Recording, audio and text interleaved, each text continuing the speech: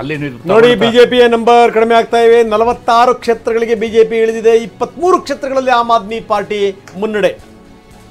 46, 23 again ಮತ್ತೆ ಅಂತರ.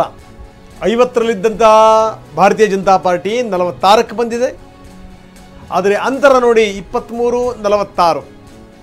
ಕಾಂಗ್ರೆಸ್ ಒಂದರಲ್ಲಿದೆ. ಕಾಂಗ್ರೆಸ್ 1 ಕ್ಷೇತ್ರದಲ್ಲಿ ಮುನ್ನಡೆ. ಮೇಡಮ್, ಇಷ್ಟೆಲ್ಲ ನೋಡಿದ್ಮೇಲೆ ಏನು ಅನಿಸ್ತಾ ಇದೆ? ಇನ್ನೂ ರೌಂಡ್ಸ್ ಇದ್ದಾವಲ್ಲ, ಇದು ಬಹುಶಃ 4 ರೌಂಡ್ಸ್ ಆಗಿರ್ಬೋದಲ್ಲ. ಅದೇ ನೀವು ಹೇಳ್ದಂಗೆ ಈಗ ಸರ್ ಹೇಳ್ತಿದ್ರು, ಚನ್ನಪಟ್ಟಣ ರೀಜನ್ ನಾವು ನೋಡಿದಾಗ ಯಾವ ರೀತಿ ನಿಖಿಲ್ ಅವರು ಬಹಳ ಫಾಸ್ಟಾಗಿ ಯಾವ ರೀತಿ ಮುನ್ನಡೆದ್ರು, ತದನಂತರ ನಾವು ಟೌನಿಗೆ ಬಂದಾಗ ಅದ್ರ ವೇರಿಯೇಷನ್ಸ್ ಆಯಿತು. ಆ ರೀತಿ ಆಗ್ಬೋದು. ಯಾಕೆ ಅಂತ ಹೇಳಿದ್ರೆ ನಾವು ಬಹಳ south Delhi, specially when it comes to the south Delhi ಅಂತ ಅನ್ಬೋದು, ಆ ಭಾಗಗಳಿರುವಂಥ ಅಸೆಂಬ್ಲಿಗಳಲ್ಲಿ ಬಹುತೇಕ ಲೋವರ್ ಇನ್ಕಮ್ ಗ್ರೂಪು ಮತ್ತು ಮೈಗ್ರೆಂಟ್ಸು ಎಲ್ಲರೂ ಸಹ ಅಲ್ಲಿದ್ದಾರೆ. ಸೊ ಅವರೆಲ್ಲವೂ ನಮ್ಮ ಕೈ ಹಿಡಿಯೋದಂತೂ ಪಕ್ಕ ಅನ್ನೋದು ನಮಗೆ ಖಂಡಿತ ಗೊತ್ತು. ಸೊ ಅದು ಯಾವ್ಯಾವ ಅಸೆಂಬ್ಲಿಗಳಿಂದ ಕೌಂಟಿಂಗ್ ಆಗ್ತಿದೆ ಅನ್ನೋದು ನಾವು ನೋಡಬೇಕಲ್ಲ. ಸೊ ಬಹುಶಃ ನೋಡಬೇಕು. ನಾನು ಇನ್ನೂ ಸಹ ಆ ಹೋಪಲ್ಲೇ ಇದ್ದೀನಿ. ನಾನು ಅದು ಕಡಿಮೆನೂ ಆಗೋದಿಲ್ಲ, ನೋಡೋಣ. ಸೊ ಇನ್ನು ನಂಬಿಕೆ ಇದೆ ನಿಮಗೆ? ಇದೆ ಸರ್, ಆಬ್ವಿಯಸ್ಲಿ ಸರ್. ರಾಜಕೀಯದಲ್ಲಿ ನಂಬಿಕೆ ಇರಬೇಕು ಅಲ್ವಾ? ನಂಬಿಕೆ ಇರಬೇಕು. ಇದು ಒಂದು ಗೆದ್ರೂ ಸಹ ನಮಗೆ ಮತ್ತೊಂದು ಬಾರಿ ನಾವು ಅಧಿಕಾರ ಮಾಡ್ತೀವಿ, ಸೋತ್ರೆ ಮತ್ತಷ್ಟು ಸ್ಟ್ರಾಂಗ್ ಆಗಿ. ಈಗ ಏನಾದರೂ ಹೋಲಿ ನಿಮ್ಮ ಮನಸ್ಸಿಗೆ ಇಲ್ಲ ಕಾಂಗ್ರೆಸ್ ಜೊತೆ ಹೋಗಿದ್ರೆ, ಬೇರೆ ಬೇರೆ ಪಾರ್ಟಿಗಳನ್ನ ಕನ್ಸಿಡರ್ ಮಾಡಿದ್ರೆ? ಖಂಡಿತ ಇಲ್ಲ. ಯಾಕೆ ಅಂತ ಹೇಳಿದ್ರೆ ಹರಿಯಾಣದ ಚುನಾವಣೆ ಸಂದರ್ಭದಲ್ಲಿ ನಾವು ಅವರಿಗೆ ಸೀಟ್ ಶೇರಿಂಗ್ ವಿಚಾರದಲ್ಲಿ ಕೇಳಿದ್ವಿ. ಆಗ ಯಾರು ನಮಗೆ ಸೀಟ್ ಶೇರಿಂಗ್ ಕೊಡೋದಿಕ್ಕೆ ಆಗಲ್ಲ ಅಂತ ಹೇಳಿದವರು ಅದೇ ಕಾಂಗ್ರೆಸ್ ಪಕ್ಷದವರು. ನಾವು ಇಂಡಿವಿಜುವಲ್ ಆಗಿ ಫೈಟ್ ಮಾಡ್ತೀವಿ ಅಂತ ಹೇಳಿದವರು. ಸೊ ಅಲ್ಲಿಂದ ನಮಗೆ ಸ್ವಲ್ಪ ರಪ್ಚರ್ಸ್ ಶುರು ಆಯ್ತು.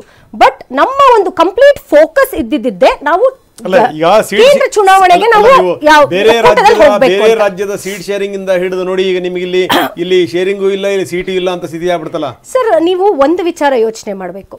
ಅವರ ವೋಟ್ ಶೇರು 3ರಿಂದ 4% ಇತ್ತು. ಈಗ ಬಹುತೇಕ ಒಂದು ಸ್ವಲ್ಪ 1 ಸೀಟ್ ಇರೋದ್ರಿಂದ ರೈಸ್ ಆಗಿರ್ಬೋದು.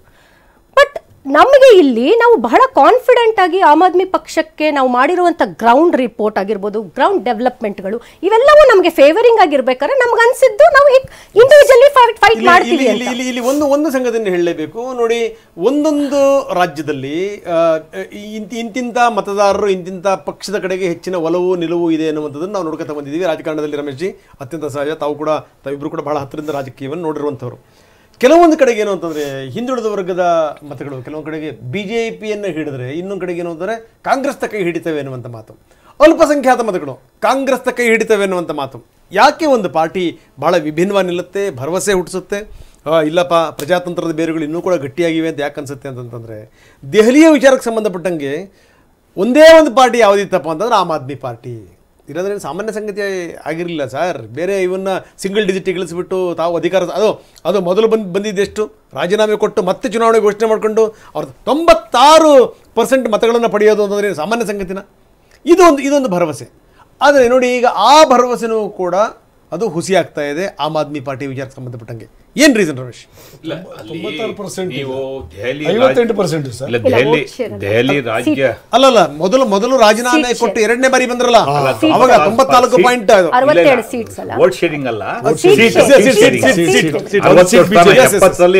ಸ್ಥಾನ ತಗೊಂಡ್ರು.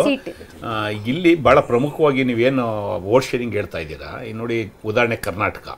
ಈಗ ಬಿಜೆಪಿ ವಿರುದ್ಧವಾಗಿ ವೋಟ್ ಕೊಡಬೇಕಂತ ಒಂದು ಮನಸ್ಥಿತಿ ಬಂದಾಗ ಈ ಸಲ JDS ಬಿಟ್ಟು ಕಾಂಗ್ರೆಸ್ನ ಹೆಚ್ಚು ಇಟ್ಕೊಂಡ್ರು ಜನ ಮತದಾರರು. ನೀವು ಮುಸಲ್ಮಾನ್ ಇರ್ಬೋದು, ಹಿಂದುಳಿದ ವರ್ಗ ಇರ್ಬೋದು, ದಲಿತ್ ಇರ್ಬೋದು, ಕನ್ಸಾಲ್ಟೇಟ್ ಆಯಿತು ಓಟು. ನೀವು ದೆಹಲಿಗೆ ವಿಚಾರಕ್ಕೆ ಹೋದಂಥ ಸಂದರ್ಭದಲ್ಲಿ BJPಗೆ ವಿರುದ್ಧವಾಗಿ ಅವಕಾಶ ಕೊಡಬೇಕಂತ ಅಂದಾಗ ಆಪ್ನ ಕೈ ಹಿಡಿತಾ ಇದ್ರು. ಬಟ್ ಆಪ್ ಇತ್ತೀಚೆಗೆ ಈಗ ಮೊನ್ನೆ 2ನೇ ಸಲ ಅಧಿಕಾರಕ್ಕೆ ಬಂದ ಮೇಲೆ ನಡ್ಕೊಂಡಂಥ ರೀತಿ ಏನಿದೆ ಅದು ಜನ ವಿಶ್ವಾಸ ಕಳ್ಕೊತಾ ಹೋದ್ರು. ಆ ಕಾರಣಕ್ಕೆ ಇವತ್ತು ನೀವು BJP ಯಾವತ್ತೂ ಸಹ ದೆಹಲಿ ರಾಜ್ಯ ರಚನೆ ಆದಮೇಲೆ 32%ಗಿಂತ ಕಡಿಮೆ ಓಟ್ ತಗೊಂಡೇ ಇಲ್ಲ ಅವರು. After formation of Delhi state 3 ಸಲ ನಾವು ಅಧಿಕಾರ ಅನುಭವಿಸೋದು, ಅವ್ರು 2 ಸಲ BJP ಅವರಿದ್ರು. ಅದಾದಮೇಲೆ ಅಣ್ಣಾ ಹಜಾರೆ ಮೂವ್ಮೆಂಟ್ ಆದಮೇಲೆ ಆಪ್ನವರು ಅದನ್ನು ಅಪರೆಂಟ್ ಮಾಡಿಕೊಂಡು ಡಾಮಿನೇಟ್ ಮಾಡಿಕೊಂಡ್ರು. ಇಡೀ ದೇಶದಲ್ಲಿ ಅದು ದೆಹಲಿ ಅವ್ರಿಗೆ ಬೇಸು. ಇಲ್ಲೇನಂದರೆ ಫೌಂಡೇಶನ್ ಹೋದ್ಮೇಲೆ ಹೆಂಗೆ ಅನ್ನೋ ರೀತಿ ಅವ್ರು ಇನ್ನೂ ಪಂಜಾಬ್ ಗೆಲ್ಬೋದು, ಇನ್ನೊಂದು ಕಡೆ ಚುನಾವಣೆ ಮಾಡ್ಬೋದು, ಅದು 2ನೇದು. ಅವ್ರಿಗೆ ಫೌಂಡೇಶನ್ ಇದ್ದಿದ್ದು ದೆಹಲಿನಲ್ಲೇ ಫೌಂಡೇಶನ್ ಹೋದ್ಮೇಲೆ ನೆಕ್ಸ್ಟ್ ಆಪ್ದ ಪರಿಸ್ಥಿತಿ ಏನು ಅಂತೇಳಿ ಇವತ್ತು ಚರ್ಚೆ ಆಗಂತ ಒಂದು ಪರಿಸ್ಥಿತಿ. ಎಸ್, ಬಟ್ ಇಲ್ಲಿ ಏನಕ್ಕೆ ವೋಟ್ ಕನ್ಸಾಲಿಡೇಟೆಡ್ ಆಗ್ತಾ ಇತ್ತಂದ್ರೆ BJP ವಿರುದ್ಧ ಆಪ್ಗೆ ಅವಕಾಶಗಳಿದೆ ಅಂತೇಳಿ. ಈಗ ಯಾವಾಗ ಅವರು ಕಾಂಗ್ರೆಸ್ ಬಿಟ್ಟು ಅವರೇ ನಾವು ಮಾಡ್ತೀವಿ ಅಂತ ಹೊರಟ್ರು, ಸೊ ನ್ಯಾಚುರಲ್ ಇವತ್ತು ನಾನು ಅದನ್ನೇ ಹೇಳಿದ್ದು ಪೋಸ್ಟ್ ಮಾರ್ಟಮ್ ಆಗುತ್ತಾ ಅದಾದ್ಮೇಲೆ ಅಂತೇಳಿ.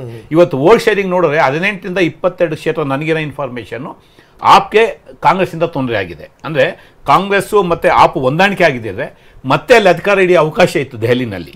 ಸೊ ಇವತ್ತು ಅವ್ರು ಮಾಡೋದಂಥ ಸ್ವಯಂಕೃತ ತಪ್ಪುಗಳು, ನೀವು ಅಬ್ಕಾರಿ ಹಗರಣದಿರ್ಬೋದು, ಅದಾದಮೇಲೆ ಬೇರೆ ಬೇರೆ ಸಚಿವರು ಆರೋಪಗಳನ್ನ ಹೊತ್ಕೊಂಡು ಜೈಲಿಗೆ ಹೋದಂಥದ್ದು ಇರ್ಬೋದು, ಮತ್ತು ಓವರ್ ಕಾನ್ಫಿಡೆನ್ಸು, ಅಧಿಕಾರ ಹಿಡಿಯೋದಕ್ಕೆ ಯಾವುದಕ್ಕೆ ಬೇಕಾದ್ರೂ ಹೋಗ್ತೀವಿ, ಖಲಿಸ್ತಾನಿಗಳ ಜೊತೆ ನಾವು ರಾಜಿ ಆಗ್ತೀವಿ ಅಂತೇಳಿ ತಗೊಂಡಂಥ ನಾನು